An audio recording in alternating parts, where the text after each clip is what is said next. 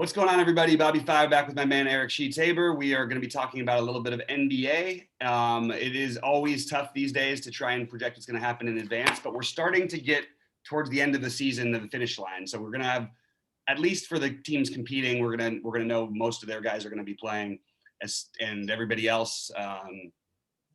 It's going to be, there's going to be rough news. I promise that's going to happen today. So. But I have a couple of things. So we just did our baseball. And we took care of it pretty quickly, and basketball, hope to take care of it somewhat quickly. So we do have a little bit of time.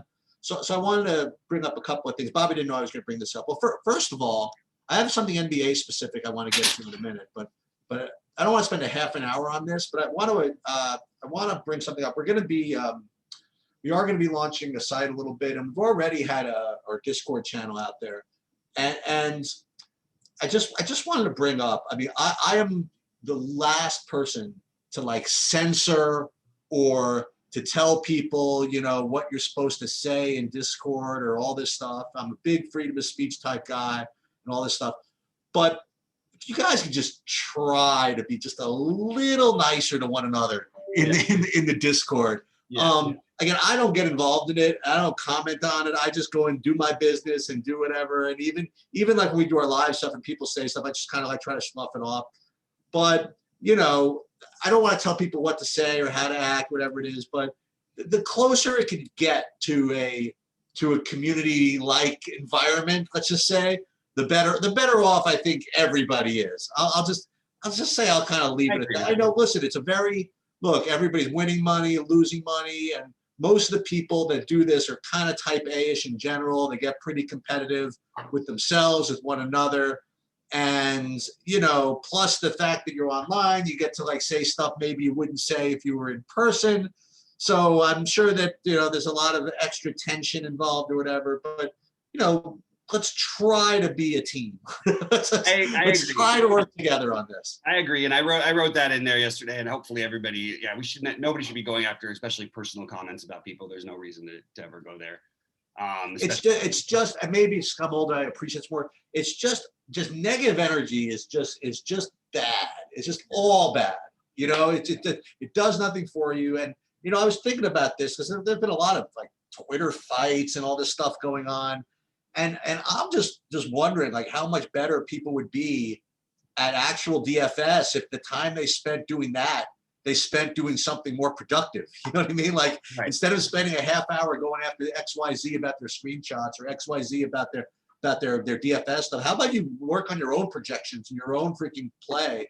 Maybe you'd be a little bit more productive for yourself. Or if you were a tout or someone providing content, instead of spending the half hour going after other people, maybe work on your own presentation of material or something like that. So that's just that's like I say, that's just me.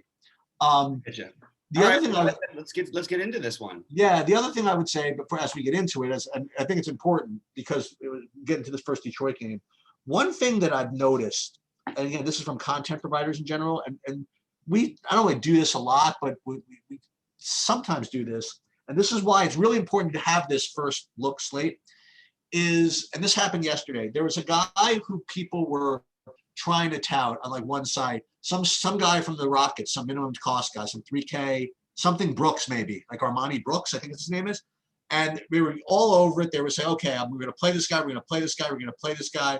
If he's going to start, we're going to play him. We have to play him. He's starting. They announced him starting 45 minutes before game time, and everybody's like, oh my God, we were so over this. We are now, hopefully the ownership doesn't take over. Hopefully we can bury this guy. And then 10 minutes later, they said, oh, actually he's not starting.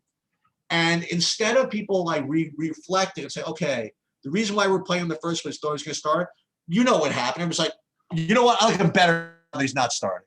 And that's what people like to do sometimes. They make up a reason after the fact about why it's better. And it turns out he didn't start and he scored 2 fantasy points or something like that.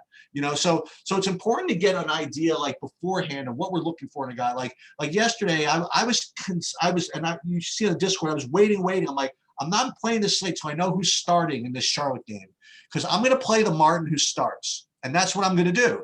And I'm not going to make an excuse that, okay, if Cody Martin doesn't start, I'm going to play him anyway because we lower.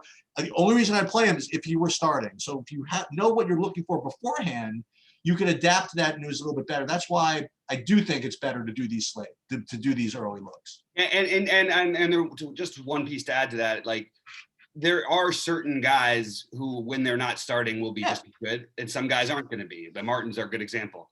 But you should prepare for that in advance. You should know what you're doing. Exactly right. Absolutely, 100% agree. All right, let's do it. Let's just jump into some of these games, because I think that it's going to be pretty condensed ownership by the end of it, but I think early on we're going to see projections all over the place. So okay, so at the beginning, I imagine that a lot of the ownership is going to come into this from this Detroit stuff, right? Yeah, I mean, you'd think so, but then just, I guess, warning to all of us, you know what I mean? Yes, we've needed these guys at times. There's been a lot of news after the fact with other guys who are minimum cost starting later after games. So just keep that in mind. So I brought this all up as a reason, right? So you have three guys here: Killian Hayes, Frank Jackson, Saban Lee, and I think all of them, but we have to figure out what conditions have to exist for us to play these guys. In other words, which of these guys we would want to play if they're starting, which of these guys we don't care, right? Which of these guys we can't play unless they're off the bench. And I do think it's important, because like when I look at my list, I'm like, okay, these three guys all rate to be great fouls. Okay, great. They're not all going to get there. One of them is going to have minutes instead of the other, right? So you have three guys that can play point guard. I think we do have to kind of prepare for this, no? Yeah, of course. So what do you think? Well, I'll get into that in a second. I'm loading up our old video, so go ahead and talk a little bit about. Why don't you talk about Cleveland really quick? Because I mean, just, is there anybody of any interest to you? No, like for me, if I were gonna be forced to run it back, it would be, you know, the normal guys. We like Jared Allen, Kevin Love, Sexton, Garland. I don't think I'm gonna do it though. I think I'm just gonna take 2 or 3 values out of the Detroit game and then move on to something else. For me, the easiest play, I mean, for now, right, is just going to be Josh Jackson, right? I mean, I know he's gonna play and he's gonna do his thing. I don't know what to do about these guards though. I mean, even Josh Jackson, there's some, and Stewart, sorry. There's some variance here. I think that the main thing is Stewart and Lee Stewart and Hayes are the main plays for me. I think they're all the other guys are in play, especially you know, Jackson, even Diallo. I think who might end up being the lower owned, because we don't know what's going to happen with him exactly, or even if he's going to play. And his minutes have been down. There's just a lot of other stuff. Frank Jackson, will they really play him all these minutes again? It's hard to know right now at this time of the day. I actually think that Frank Jackson's one of those that, yeah, if he's starting, he's more interesting. Saban Lee, you can make an argument probably either way. But either way, you're still talking about splitting minutes up with guys. Right. And at least these guys are near minimum cost. But we also have, you know, I don't know how many minutes Cook's going to get tonight. It's right. It's a high variance situation. The guys who I feel safest with are Hayes, Stewart, and then probably Jackson and Bay. But it gets a little shaky to me after that. Any interest in Jaquil Okafor? No. Okay. But would it surprise? I mean, like, he's not gonna. I mean, he hasn't yet. He played 15 minutes once. I don't think that we should be trying to assume he's going to play too much. He might one of these days. I just don't see it as. I don't know. I don't see it today as being the night he has to. So which of these guys between, for example, Jackson, Hayes, should you do like again, I'm not going to play like a shitload of lineups on DraftKings, but should you do like a rule, you know, max 1 of Hayes, Jackson, and Lee or something like that? No, there's a chance for 5 guys to get there at these prices. Even 3 point guards? Oh, Hayes, Jackson. Oh yeah, Hayes, Frank Jackson. I'm sorry, Hayes, Jackson, and Lee. Yeah, I wouldn't play. I probably wouldn't play more than 2 of those guys together, and it would be if they started Jackson alongside Hayes. I don't think that I'm going to end up playing Saban Lee. I don't know. I might change my mind by later today, but like, I mean, Saban Lee hasn't played. He played 21 minutes once in his last 10 games. Why am I bothering with this? I think that my initial instinct is to not play someone from one of those 3 guys if they weren't starting. Yeah, only Hayes is the one I'm looking at right now, and then Jackson if he's starting. Okay. That's the way I would look at it. And even that is doesn't mean you have to play him. I just probably will right now with the value that's out there. So what's the most amount of Detroits you would play in a GPP lineup? I mean, I'd play as many as 4 in some lineups, but I don't think I'm going to. I'm probably going to end up with more like 2 or 3.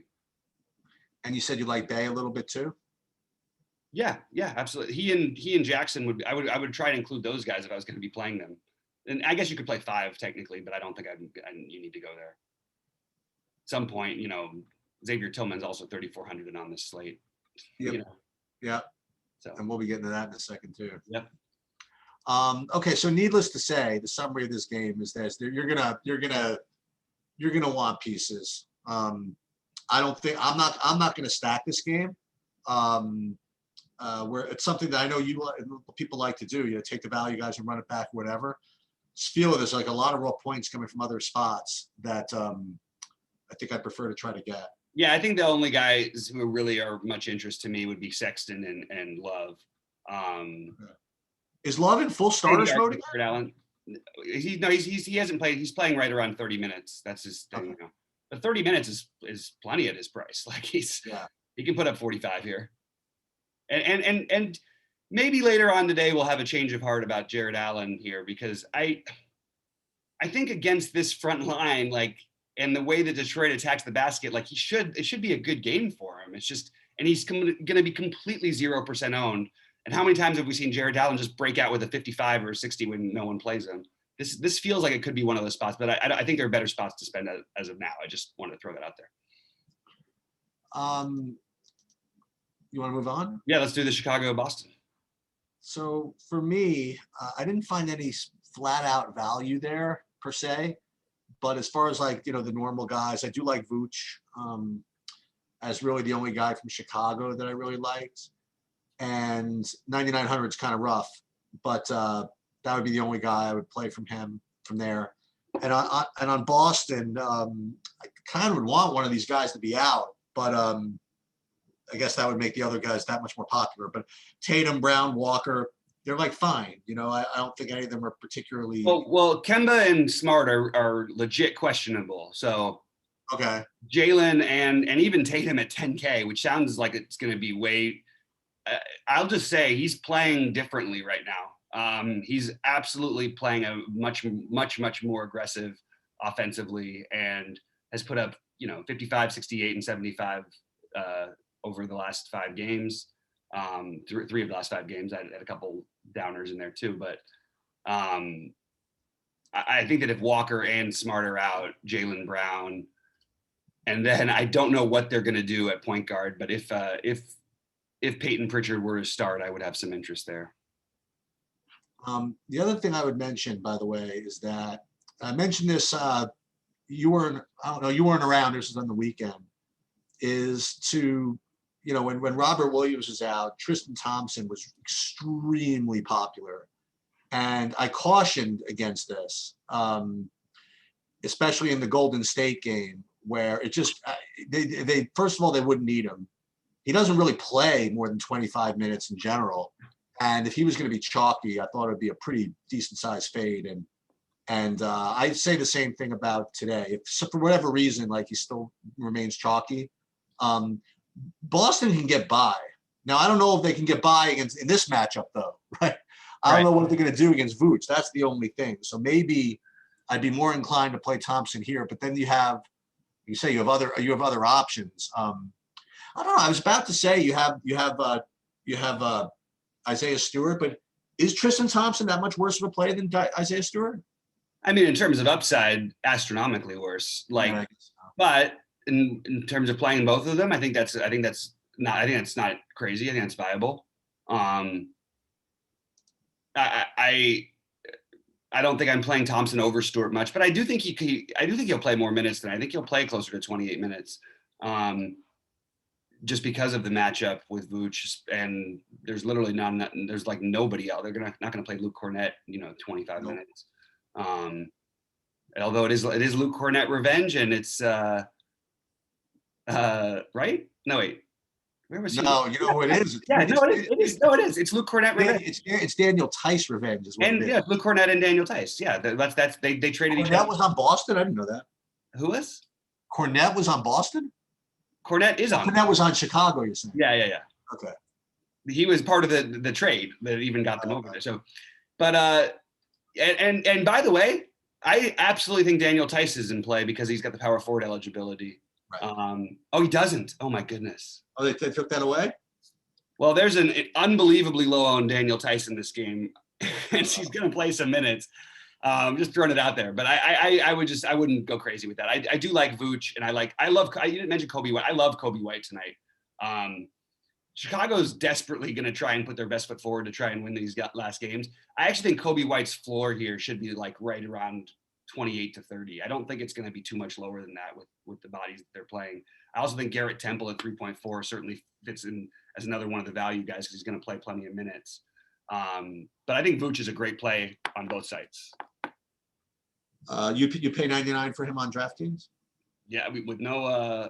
I mean, I don't know that I'm going to end up doing it, but it's definitely viable, and I'm more open to it because of the no Levine thing here and what should be a pretty competitive game. They're desperately trying to win, but the main play for me is Kobe White. But Vooch, I definitely have some interest in more on FanDuel than I do on DraftKings, to be honest. Golden State Philly. I might do the same thing I did before. It was really close to working. I might play a Curry Embiid lineup, just the two of them going after each other. You know, they're not like the same position or anything like that, but I'm into that. Golden State certainly has no answers for Embiid. The other thing I'd like to is I do want to play Simmons on FanDuel at 7,100. I know he hasn't been very good for me, at least. Maybe he's gotten there for somebody else, but I think at 7,100, I do like him quite a bit actually on FanDuel. It's kind of hard to say, but I do. So for me, it's Embiid on FanDuel, and then on Simmons on FanDuel. And I like Curry and Embiid kind of like, but I'd probably play them together on DraftKings. Interesting.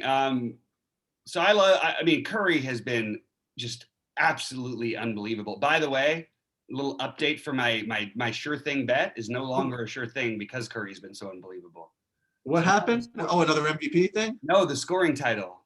Oh, shoot. Curry came from like 5 points back. He averaged 40 over the last month. Oh, no. And now he's 0.1 behind Bradley Beal. Oh, you're dead. I don't know if I'm dead. I actually think Bradley Beal is going to have a strong finish here, but we'll get into that in a minute. Let's see. Oh, that's bad. It's rough, man. You know how hard that is to make up like a 5-point average over. I know. I mean, it was over a couple months, but still, like it was like not even registering for a while. Also, he wasn't even eligible because he didn't play at the beginning of the season as much. But I'm totally behind the Embiid play here, as we always have to do. NBA I don't think there is any nationally televised games today, so I think that gives Embiid a little boost down then if you because of it. But that's pretty much yeah. Is this a legit questionable from Curry? Yeah, I mean we'll see. That's the only other. Obviously, that changes the whole slate. Yeah, it sure does, doesn't it? But at least it's 7:30. And he's playing against his brother, but his brother's also questionable. So is Tobias and Dwight Howard. There's a lot of stuff going on here. And that one could be a tricky one because it's even though it's 7:30, it's not 7, right? And the fact that you do have to make some Detroit decisions at 7 o'clock makes it a little snappy. Hopefully we'll know beforehand. Let's just be positive, I guess. The line I can argue either way. Like they're going to be a significant underdog to Philly in any environment. So 9 points doesn't make me know Curry's playing or not. But if it was like 13, I think we would know for sure. So I just think I don't know. My guess is look, they're desperate. They're barely hanging on to the playoff spots. Curry's on an unbelievable run. I think he'll try to give it a go, but we just can't say for sure. Washington, OKC. I tried to spend probably a little more time than maybe I should have in this game because at the end of it, I really just like Westbrook or Beal. I really didn't want to I really ended up not getting to the OKC guys. It just required just way too much guesswork for me. So for me, it's just going to be Westbrook and or Beal. Can I read you Westbrook just since the All-Star break, just the numbers? I have to do this because it's just crazy. These are his fantasy points. Fantasy points, okay. 80, 80, 59, 62, 82, 70, 40. That was a blowout. 58, 59, 94, 69, 50, 52, 62, 68, 61, 55, 68, 69, 69, 56.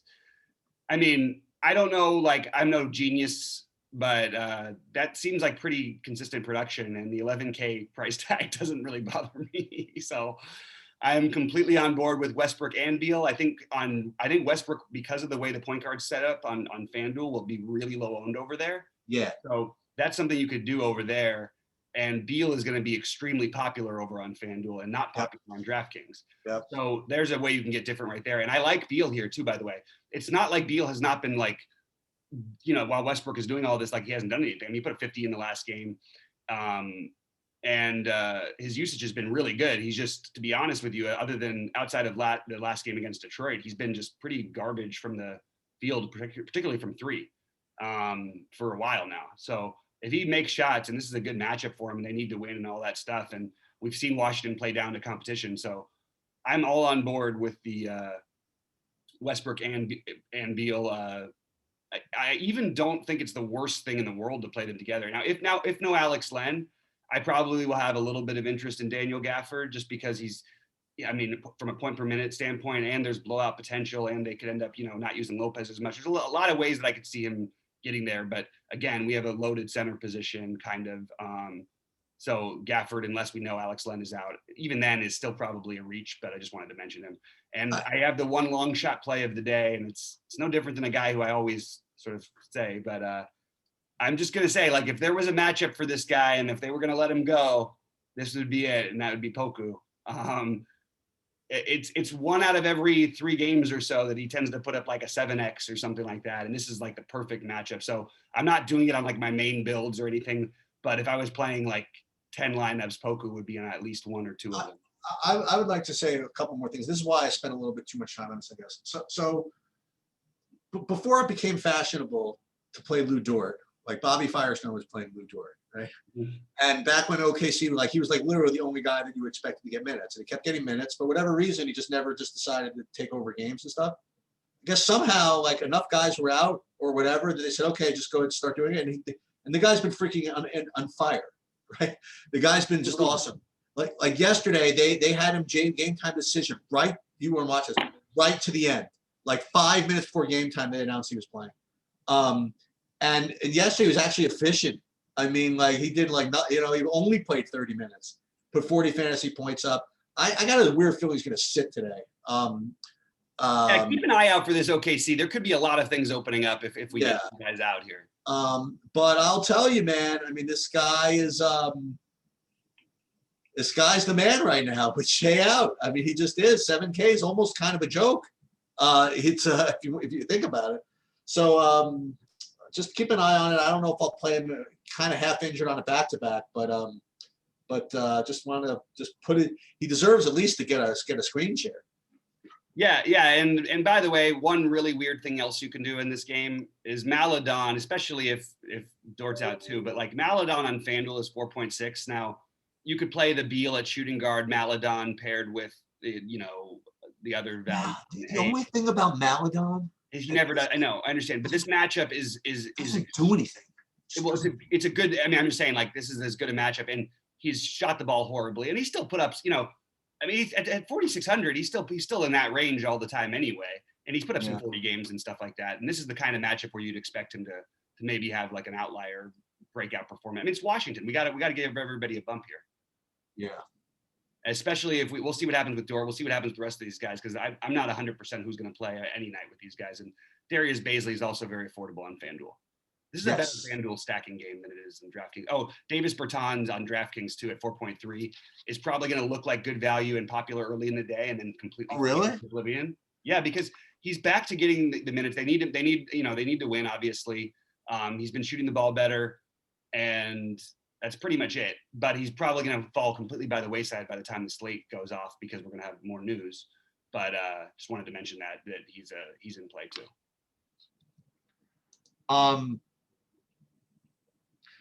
Houston, Miami. I'd really like to play John Wall, but I don't think I could pull the trigger. I just had no luck. This is what happens. Okay, it's probably a good play, but it's a tough matchup, and I don't care about the matchup. Every time I do that against Miami, I lose. Like they've been really bad. Like it's weird, but yeah, go ahead, shoot. Sorry. Yeah, so I don't know. So I comment on this. Whenever he actually has a shot to play and like do his thing, he's been pretty freaking good. Last game terrible. He's the definition of a tournament player. Yeah, last game blew out. And he was just not good. Whatever. He was awful before that too. But But the game before he was the best. Yeah, I mean, I think I'm gonna. Again, I don't know how many lineups it's gonna take me to get him, but maybe not as many as you think. But for me, the best play in this game is on both sides is probably Bam. No Kelly Olynyk revenge for you, who's also been like unbelievably good. Like, I mean, Kelly Olynyk every game being over 30 up to 50 sometimes. It's pretty crazy. I'm not gonna play him, but maybe I should. Now, before I don't even know what his price is, so I'm looking to the right here. I'm trying to think of what price he would need to be. He's got to be over 7K by now, right? No, he's under that, just barely. Oh, really? Okay. Yeah, that's fair. Yeah, I'd love to get a start. Hopefully we get a Houston starting lineup before, because I could see a lot of weirdness happening there as well. Look, we talked about a lot of centers, and maybe this is why. Look, this guy has been terrible for fantasy. I just can't believe that Embiid at 8.1 against a front line that contains 0 bodies. Who would be that bad at play? Bam. Yeah. Oh, you said Embiid. Like what? Oh no, this is why it's hard for me to play Embiid, because I think the problem is here I see Embiid, like Bam hasn't gotten there in forever. And early in the day, I'm showing him as being pretty chalky, and the projection seems to love him. So maybe I'll go away from it. But I initially thought he was going to be a low-owned play that I was just going to hammer. Obviously, if Jimmy Butler's out, he won't be low-owned, and he'll be a better play. These guys want to win. They need to win games too, man. So I expect every time Butler's questionable that he probably plays. But if there was a game to sit, this would be it. And I love Bam if he plays or not. I just am curious where the ownership ends up.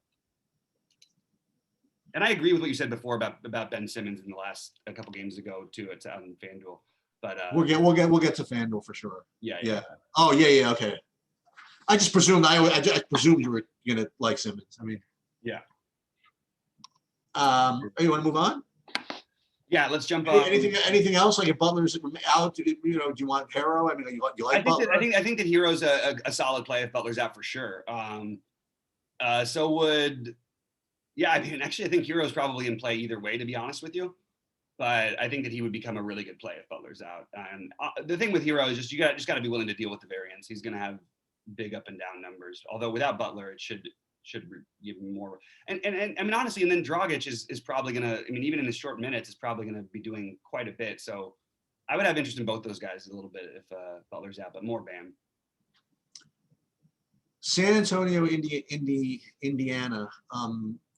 For me, while he's a little bit better on FanDuel, I like DeRozan quite a bit here. I also like Sabonis on the other side of that.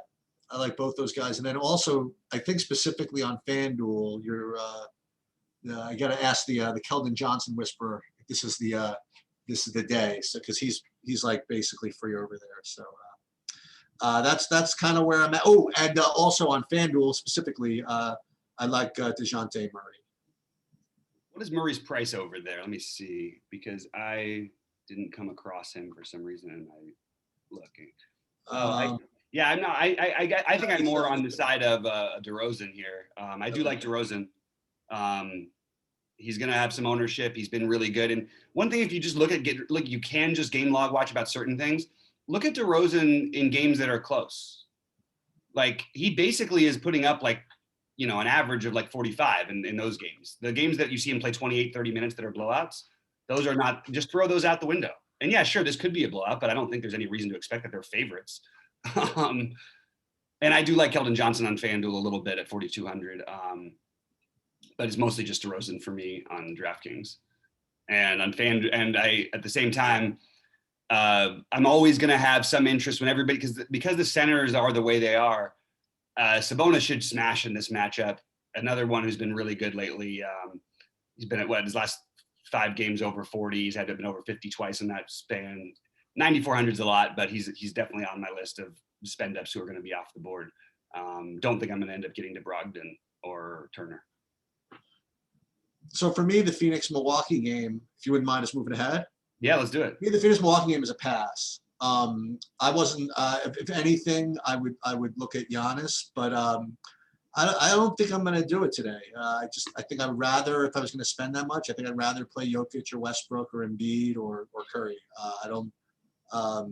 At the power forward position, I'll save 1,000 and play Sabonis or something like that.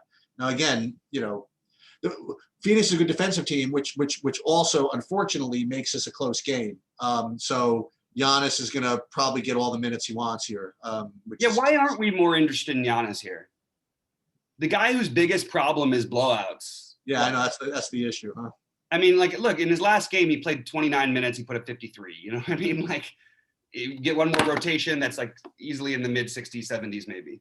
Because he would have the triple double then. If he's going to be low owned, I mean, he could be 12, 15% owned. If that's possible, then yeah, maybe. I mean, my guess is early in the day, I think he would even be less owned, but there's going to be more value to open up. So he'll probably get some more looks. But yeah, Giannis along with Westbrook are the two that I am looking at if I wanted to spend up for 2 together. Those are the two that I'm looking to strong. You like anything from Phoenix or no? I feel like we're supposed to be honest with you. I think somebody has a good game here. Booker's price has gotten tough. And I actually think I can look, Phoenix is playing, they still have got a shot at the 1 seed. They need to hold off the Clippers for the 2 to keep them away from the Lakers. Another guy who plays great when it matters and in close games is Chris Paul. So I don't mind if you can find a way to do a little Chris Paul and Giannis. I just don't know how much I'm actually going to be able to get to it. You like Saric at all at 3,100? I just think we're reaching for value when there's other value out there that makes a little more sense. Okay. Just in terms of minutes, maybe not as a player, but Saric is. I mean, Sarge just coming off a game where he played 9 minutes. It's hard to be too interested on a big slate for me in that. All right, so you want to move ahead? Yeah, let's do it. So for me in this next game, so we have value stuff and we have other stuff. So first of all, Xavier Tillman is 3,400, and he's a very, very strong value play. That's all I'll say about that. The other one who seems, based on Bobby's work, seems to be kind of always underappreciated or underprojected is Brandon Clark. And he's only 4,200 on DraftKings, which is, boy, that's pretty appealing. I'll say that. You could, I don't know if you play them both together, but I don't know. I think you could do worse by playing one of those 2 in almost every lineup. I mean, that's one thing. The other thing on the Memphis side is that on FanDuel, I know he hasn't really done much, but I'm going to be taking the shot on Mr. Moran at 6,500. Absolutely. Yeah, so there's that. I'll pair him with the him and Simmons disappointment pair is just a perfect pairing on FanDuel, that's for sure. Yeah. And so that's on the Memphis side, and then on Denver, watch the Campazzo stuff and the Morris out and all this, see who's starting as far as that goes. But, Jokic is obviously a very, very strong play. He'll be owned. I think that's what might keep Bam a little less owned on, especially on, I would say especially. Yeah, also the cheap centers too. It's just hard to do. Yeah. But I think Jokic is, obviously he's always a good, he always looks good to me. But, so, especially with Valanciunas, not that anybody's really that big a deal, but I would say Jokic on Denver and maybe Michael Porter Jr., perhaps. Mm-hmm. But I don't know if I'm going to get down to the Campazzos and stuff like that. So for me, Memphis, probably either one of Tillman or Clark, and Morant on FanDuel, and then Jokic on the Denver side. Yeah, I think Tillman, and just to put my thoughts out there, I think that there's a reasonable chance that Tillman and Clark play minutes together in this matchup. Okay. That this is not like Tillman's more, actually makes more sense guarding Jokic to me than Brandon Clark does. Brandon Clark is like, I mean, people forget this guy was like a 3 when they were playing him. They were playing him with Jaren Jackson and Joe Val at one point. Okay. So they could get some minutes together, and I think you could do that. I think that based on everything with Jokic, you could stack this. Why don't you stack this thing? Like, why not play Brandon Clark, Tillman, with Ja, and then run it back with Jokic? I think that makes perfect sense to me. Yeah. And I'm not going to do this, but if you wanted to get to a little creative with that, I don't think. I mean, Grayson Allen has been shooting lights out, but like anybody who can shoot themselves into, and he's going to have opportunities tonight. Like he's playing tons of minutes. He's 30 plus fantasy points. Definitely feels like within his range here. So you can even get a little cute and do that. Also, we have to worry about, we have to see what happens with Brooks, Winslow, Melton, and Clark, obviously, but because that'll dictate more. But if all those guys are somehow out, even Kyle Anderson would stand out at 6,200 just because there'd be so few bodies left. And they're, again, now to talk about teams trying to win, both these teams are really seriously want to win this game. And of course, Jokic is a great play. I don't need to be, you don't need to be a genius to say that. Like, but you're talking about a guy who's going to be way higher owned than everybody else. Who, like, it's funny. You just take him and Westbrook. He's going to be significantly higher owned than Westbrook at a much stronger position. And Westbrook outscores him almost all the time. Every game. Almost every game. So you could I mean, look, and the matchup is better, sure. All that stuff. Westbrook getting cooked blood, sure. I'm just throwing but just look at it like that. If you're factoring ownership, look at what Giannis would have done the other day if he played full minutes. Look what he will probably do in full minutes today. He's going to be around 60. How is Giannis going to play a full game and not be around 60? Like it'll happen 1 out of like 10 times. Yeah. And it's happened a few times the second half of the season, but I don't know. I like both these guys. I mean, I like a lot of the spend ups, but I do think that trying to fade even a really good play in Jokic is probably optimal because there's just too many other guys that are going to he's not going to beat the field that much where he should be like 7 times the ownership of all these guys. And you know what he doesn't have that Westbrook has, for example, and Giannis for that matter? He doesn't really have the 100-point upside that these other two have. Yeah, probably not quite there. He can get in the 80s, but yeah, you're right. Not quite the 100, the 95s. Am I missing something with the Utah projections here? I understand that there's people out and stuff, but like, I mean the Mitchell and everything, but like Bogdanovich really projected that. I don't know. I'm looking at this game and I'm feeling like passes on most of these guys. I didn't like a single player on either side. I will say that Jordan Clarkson against the Lakers is a real thing, and we have nothing. All we have to do is look back at the last game. He took 27 shots. For Christ's sake. And he put up 42 fantasy points.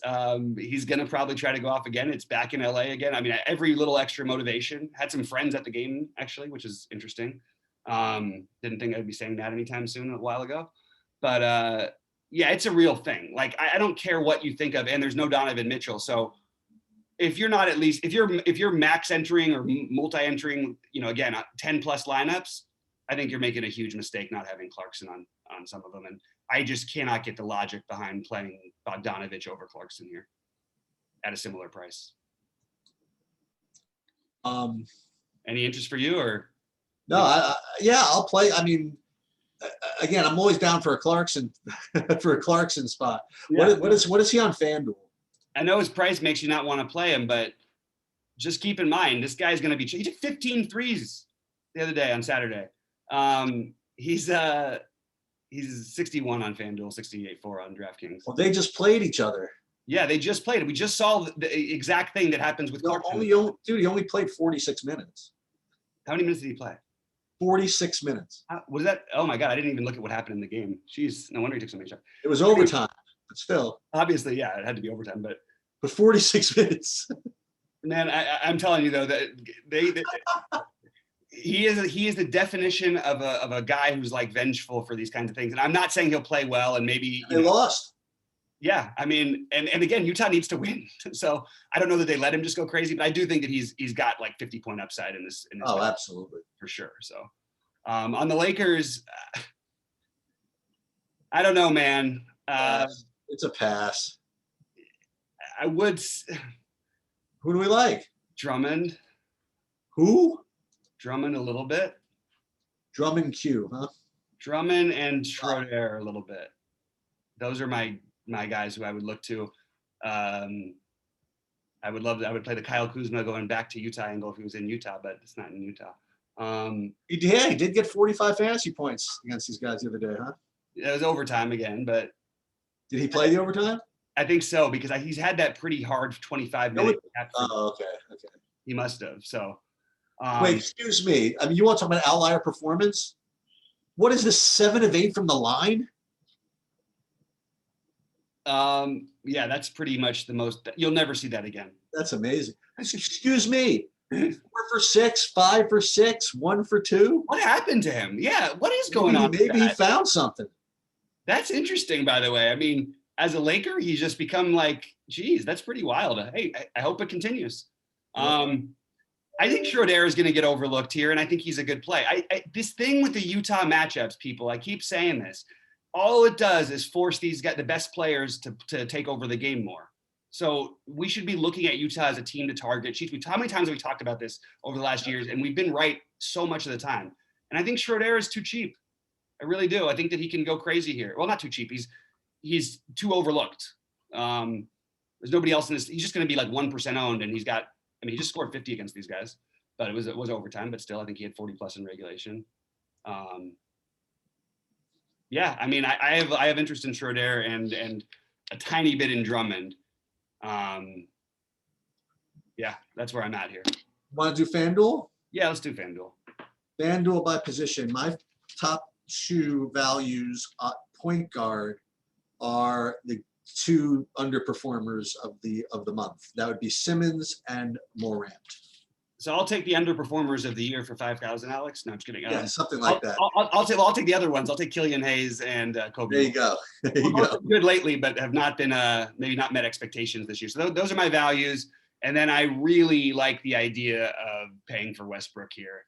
I think you can get no ownership on a guy that can win you the position by like a landslide. Like Westbrook, I mean, look, Curry can obviously be there, but we don't even know if Curry plays. If Curry doesn't play, or even if he just Westbrook could score 75 fantasy points here and nobody else might score 40. Like that's a legitimately on the table and you're going to get no ownership. So just keep that in mind. And the other guy, like obviously Ben Simmons, but I do think you made an interesting, I think the wall point is kind of, I don't know if I'll do it, but I like the thinking of, I think it's a good GVP thing to do, keep him in your pool, but I would go Chris Paul. Chris Paul, if you look at the projections for minutes for guys like Chris Paul today, I just don't see that as being an accurate assessment. Like he's not going to play 30 minutes flat in this matchup. Those numbers are based on his averages because they blow so many teams out. And I would have him in the 35-minute range in this kind of a game, maybe even higher. So yeah. So anyway, so those are your spend ups, but I do like the Hayes and White spend downs. So I'm going to be thematic here. Let's do the underperforming shooting guards. Let's do DeRozan. I know we can argue whether underperforming, whatever. Let's say recently, Beal. Beal's going to be chalky, so I do like your idea, by the way, of playing of doing Westbrook instead. But as far as just like straight up play, I mean, Beal does rate to be a good player. So. I actually think you can play both too if you want to. Ooh. I don't think it's a bad idea. Like so far we got 4 for 4 that have pissed people off the last month. I like it. Okay. Okay. Who else do you like at shooting guard? So shooting guard, am I crazy or is this position weaker than usual? Like Hero is 4,600. So even if Butler plays, I'm going to have to look at that. Okay, for sure. Diallo is 3,500. Yeah, exactly. I don't know. I'm not saying that it's a guarantee, but it's certainly has some upside to it. And then a little bit more reasonably would be like Josh Jackson. All those guys are in play for me. I think Hero is probably the one that stands out, especially if Butler's out. Like, it's gonna be really hard not to want to play him there. 46 is a little cheap because he can struggle mightily and get you 25. Like, at small forward, I guess this isn't considered an underperformer because he has flash ceilings. But Keldon Johnson, as I mentioned earlier, that 4,200 is worth a shot. He'll probably be popular also, I think. The other guys that I'm between are my top two are going to be either Michael Porter Jr., who's, I mean, I guess kind of expensive, right? Yeah. But if you didn't want to do that, if you wanted to continue playing this Memphis stack thing, I don't play him all that often, but maybe Kyle Anderson at 6,300 might not be that bad. Well, These are the guys that stood out for me at first. I think this is why what you're touching on is this is a really weak position. Right. Yeah, I guess so. No other ways around it. I think maybe the right thing to do is to take the high variance 5,200 guy in Sadiq Bey. Ooh. Not always my favorite play on FanDuel, but like because of the the lack of steals and blocks and whatnot. But Mikal Bridges also in that contested game. If you're going to do a Milwaukee stack, I think he would fit in. I really don't like this position. Patrick Williams, I think, is fine at 4K. Bogdanovich is better over here because the position sucks. He's 5,400. It's not I just am not thrilled by this position at all. And maybe the one weird, maybe the guy, if the Boston guys are out, it's Jaylen Brown time. But the get weird play would be Kevin Porter Jr. Well, power forward, there are two separate, distinct ways you can go, I think. Well, that's not true. You could play Giannis if you want. You can play Sabonis if you want, but I think these values are kind of rough to fade. These Stewart, Clark, Tillman. I think that's what I'll probably end up doing, as probably most people will do. Well, at least one of them, right? I think all three of those look to be really, really good plays. Tillman at 3,500 is a little bit. That's kind of rough. Yeah, and Tillman and Clark definitely stand out. Even Bertans at 37 is in play to me. I'm sorry, Tillman and Stewart being my favorite too. Stewart being my favorite, the hardest one for me to fade probably. But Tillman and Clark are both really legitimate, strong plays too.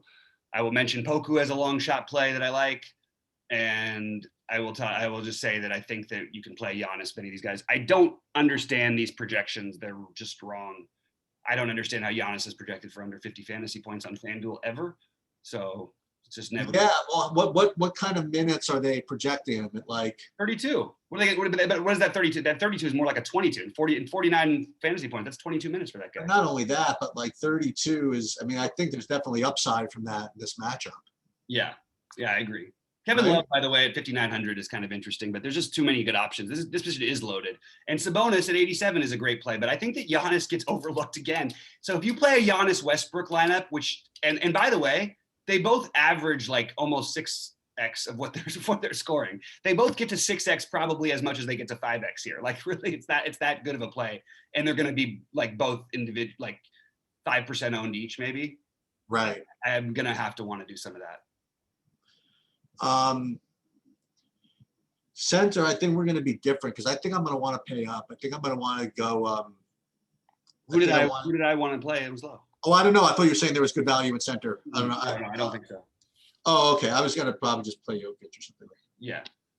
I think Bam is an exceptional play over. Bam too, right? Sorry about that. And Jokic makes plenty of sense. Just another reminder that you have a guy who really wants to win the MVP. Who's going to be like another guy who's going to be unowned, and there's no reason why Joel Embiid wouldn't be able to outscore Jokic here. In fact, he's been lately.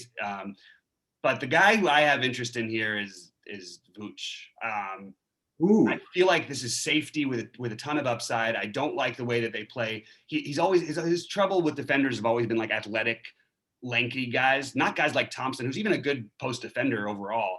But I think Vooch is going to smash in this matchup. They haven't been able to handle the bigs this year. I think you're looking at a potential like 15 in like 30 something in 15 kind of a game from him. Really, really important game for them to win.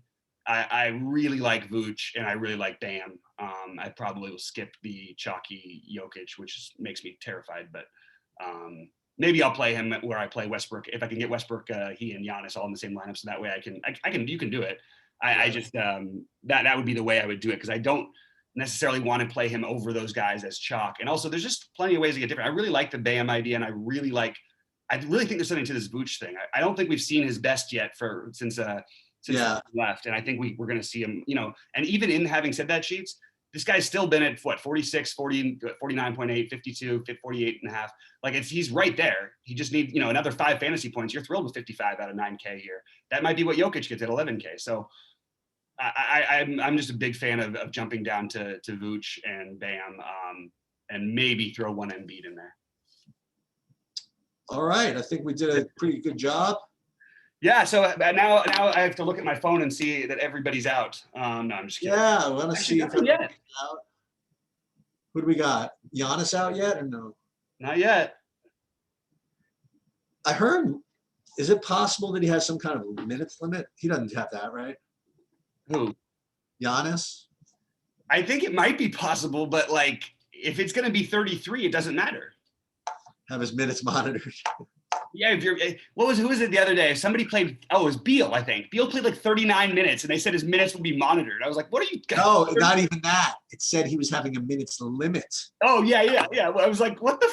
It was like a second. The limit must have been 48. All right, guys. Well, good luck. We'll see you. We'll see him at 6 Eastern, right? Yep. All right, guys. Good luck to everybody. And look forward to seeing you later.